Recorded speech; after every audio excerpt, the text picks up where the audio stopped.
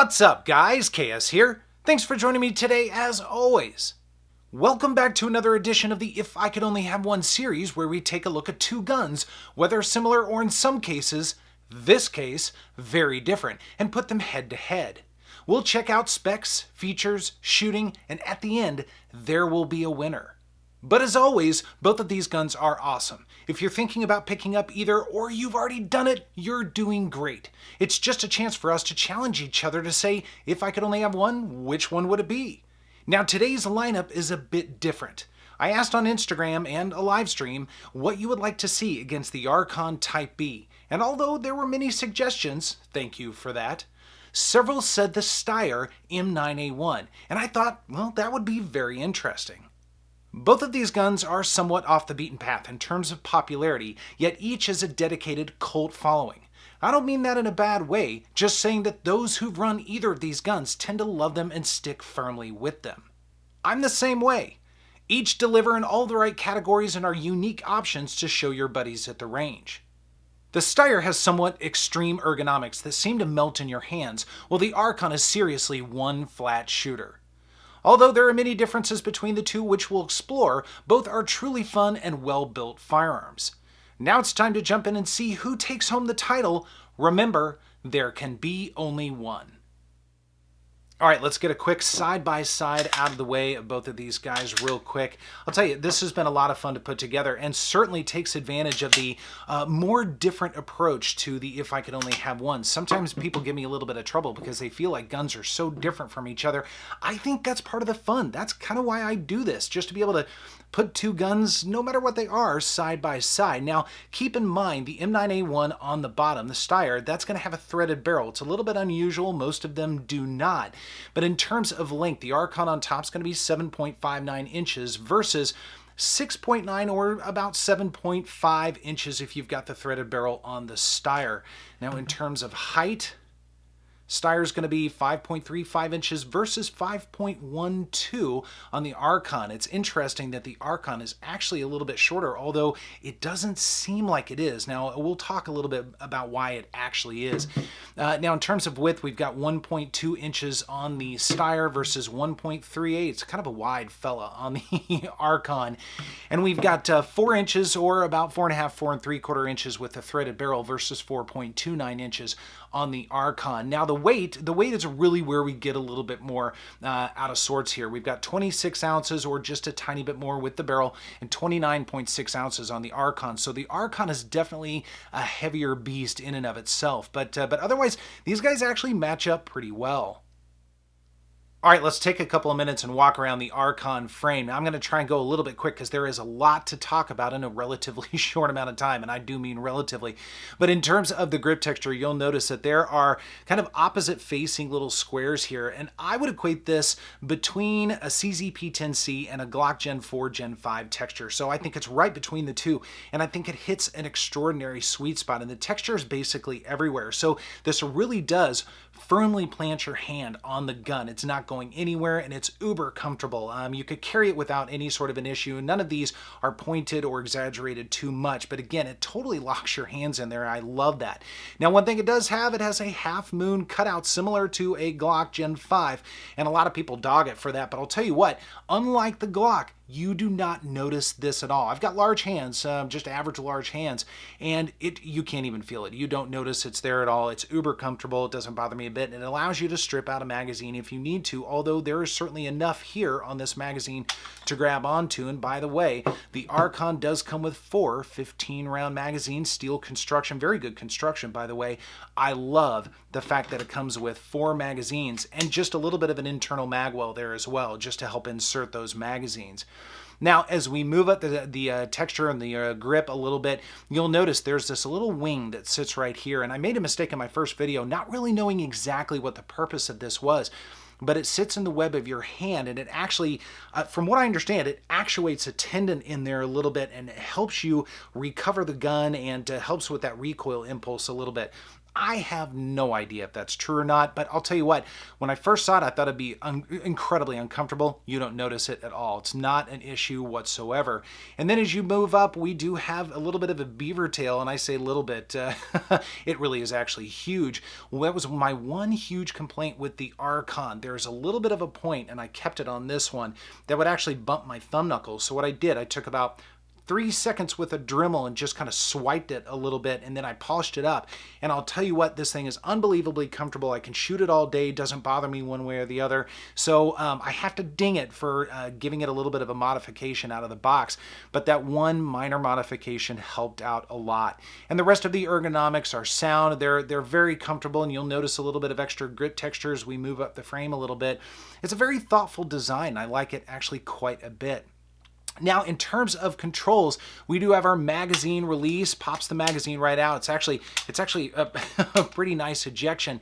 Now, it is not ambidextrous out of the box, but you can swap it around very easy. Go back to my original video. I talk in detail about that and actually pop it out for a moment or two. So it's a very interesting design, and I've actually found it to be quite usable there. Now, of course, we do have our slide lock, slide release. It is not ambidextrous out of the box, so you've got your ambidextrous mag release, but not the slide release. So to you lefties, that might be a little bit of a bummer there, but I have found this certainly to be very usable for sure. And then in terms of takedown, it's actually kind of a different, it's a different sort of mechanism here. We do have a takedown pin that's actually captive, so you have to push it out. It'll pop out on the other side. You guys know I don't take these guns apart in the If I Could Only Have One. So again, run back to that first video so you can take a look at the full disassembly of the gun. Now we do have an accessory rail for your lights, lasers, chainsaws, all of that kind of good stuff, and a little bit more texture on the front of the trigger guard. So in terms of features, I really think that this thing is truly decked out. One last thing about the Archon that you will notice is the slide height. It actually sits incredibly low. We'll dive a little bit more into that when we get back to the slide, but I did want to point that out. So let's move on to the Steyr. With the Steyr, you'll notice a couple of things right off the bat. First is the grip angle. It's a little bit more extreme than something like the Archon or some other firearms, maybe 1911, Smith & Wesson, SIGs, things like that. It's going to be a little bit more reminiscent of a Glock. In fact, a little bit more extreme than a Glock. So if that's something that bothers you, you don't like very much, this may not be the right option. But I will tell you, if you spend any time with Glocks whatsoever, this will feel right at home, and probably it might feel a whole lot better. Now, in terms of grip texture, one of the only major complaints I have about this gun, the grip texture is not very good. I mean, there's certainly some texture there, as you can see, but it doesn't do a whole lot. There's some horizontal lines on the front and the back, but there isn't a lot there. The one thing that is kind of the saving grace for this gun, not only is the angle, but the fact that you can really tuck your hand very high up into it, and it's got some finger grooves there as well. So even though there's not a lot of texture, I don't find this gun ever walking off on me or trying to fly out or anything like that. A little grip tape would probably help it, but it really actually is kind of deceiving. Now there's a new model that's out. They've addressed some of that, which is pretty cool. This is the Gen 4 right here. But again, the grip angle in and of itself really fixes that problem. Now, one other thing that's kind of interesting about this, and it does have the 15-round mags, but they come with a couple +2 base plates, so 17-round mags, which is really cool. There is absolutely no magwell whatsoever in here. So if you're really trying to move this thing quickly and insert magazines, you might run into some issues with that. So it's a minor thing. It's not that big of a deal unless you're really running and gunning, but something certainly to notice. But the rest of the ergonomics as we move up, again, are fantastic. Again, it allows you to just really get very high up on the gun. It's extremely comfortable, and it's really not moving regardless of the lack of texture. Now, in terms of controls, we do have our magazine release right here. It is not ambidextrous out of the box, but you can swap it around without too much of an issue. So you definitely have a little bit of flexibility there. And also, like the Archon, the slide lock, slide release is, again, not ambidextrous. So for you lefties, that might be a consideration for you again, but it hasn't been an issue for me, of course, whatsoever. I'm a righty, what can I say? Now it does, again, have your accessory rail for all of your toys, all of your good stuff, and a little bit of texture on the front of the trigger guard. Now, the one other thing in terms of takedown, you'll notice there's no tab or lever or anything like that, where it commonly is on most guns. It's all actually over here. And like the Archon, you have to pull the trigger, but it's a slightly different mechanism. And I did it in my original video on this, so go back and check it out. But basically, you have to press this button and pull down the tab. It's kind of a different thing, but then it launches to slide off and you're good to go. So certainly very interesting and very different, but I actually like the design of this quite a bit. All right, let's walk around the slide of the Archon for a moment or two. And right off the bat, a couple of things you will notice. It's got front and rear serrations, and they are definitely very bitey, no doubt about that whatsoever. But then you'll also notice there's a little bit of a recess as we move up the slide. It's very interesting and different design. There isn't necessarily a function to it other than if you wanted to do press checks or something, you definitely could. But I think it's more a style thing than anything else. And I wasn't quite sure if I would like it when I saw the initial pictures before I bought it. But I have to say, I love it. And people always come up and want to know what this is because it just looks a little different, almost a little bit futuristic. I think it's a really cool look. And then, of course, there's a little bit of milling, a little bit of beveling that goes on around the entire gun. It's a very thoughtful design, and I've actually quite enjoyed this. Now, I did mention that the slide's going to sit a little bit lower in the frame than a lot of other firearms out there.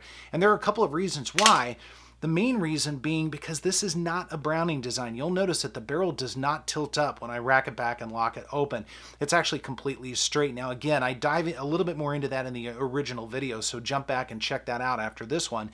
But it's one of the interesting and unique features about this, and I have to say, I mean, it's incredibly flat shooting for sure, and it keeps the control there, and it's easy to pick up sights and all that. We'll talk more about it in the shooting impressions, but just a very different and unique design. I mean, it really does sit incredibly flat. There's no doubt about that. Now, as we move up, a couple of things. The sights on here, these are going to be a front fiber optic. Comes with red. I switch them out for green pretty much every time. Now, this thing is pretty darn small, no doubt about it, but it is extremely accurate. It's actually pretty easy to pick up the range, even though it's pretty small. And then the rear sights are serrated. Hard to pick that up in the light. There they are. But the sight lineup on this is fantastic. I mean, I think it's a really interesting and good design. Now you can swap these out, of course, for night sights or something like that. I actually like the fibers on this. They've done very well. But again, the slide on the Archon has been really just a lot of fun. Steyr takes a very different approach to their slides. Now you'll notice right off the bat, it's certainly more minimalistic than the Archon. It's absent of any front serrations, but it does have some back serrations, and I have to say, they are very usable, no doubt about that. And then we do have some milling that goes up the slide, just to break things up a little bit. I like the look of it, I like the style, but again, it's a much more subdued look than the Archon, of course. But the most unusual feature of the slide on the Steyr is the sights, these trapezoidal sights. You'll notice this is actually a pretty good sized triangle here. And then we've got our rear sights that are also part of that trapezoid as well. And I'll tell you what, I think they are phenomenal. Now, it took a little while for me to get used to them, I have to say. But once I did, they are so easy to pick up and they're so bright.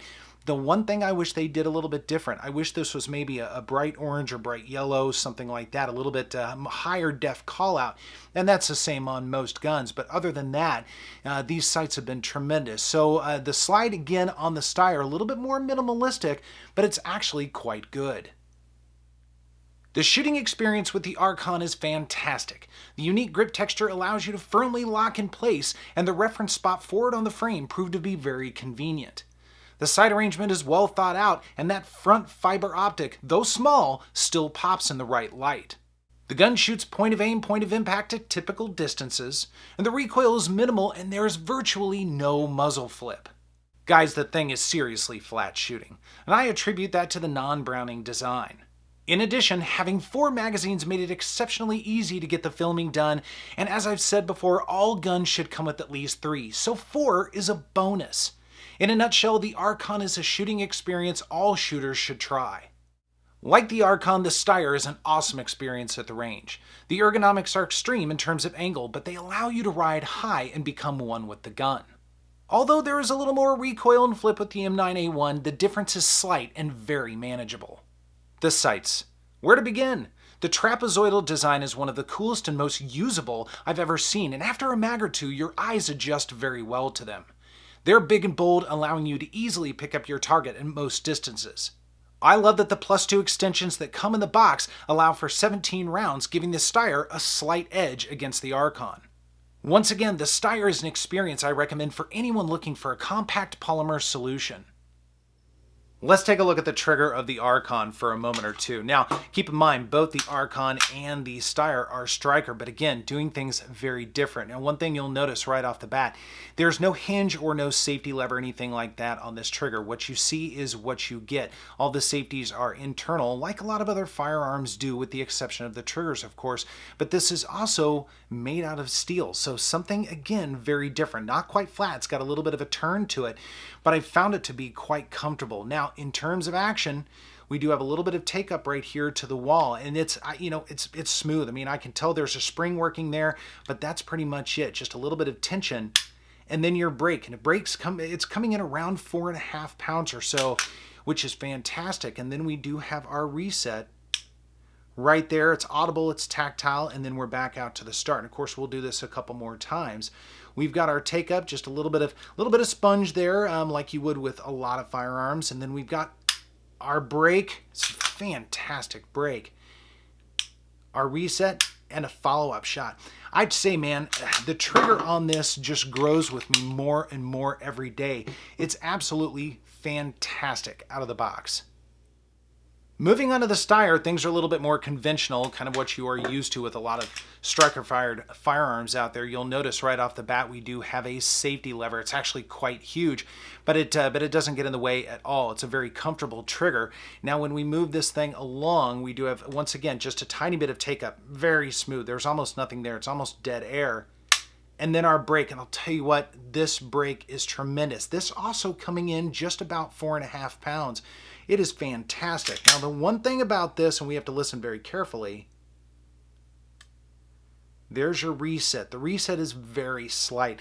That's one thing I'm not as fond of about this trigger. Now, because of the action of the trigger, because of the size of the trigger, it really doesn't make that much of a difference when you're running it. But if you train to reset, that might be a concern or at least something to think about. Now, again, we'll do this. We've got our take up ultra smooth to a nice wall. There's your brake.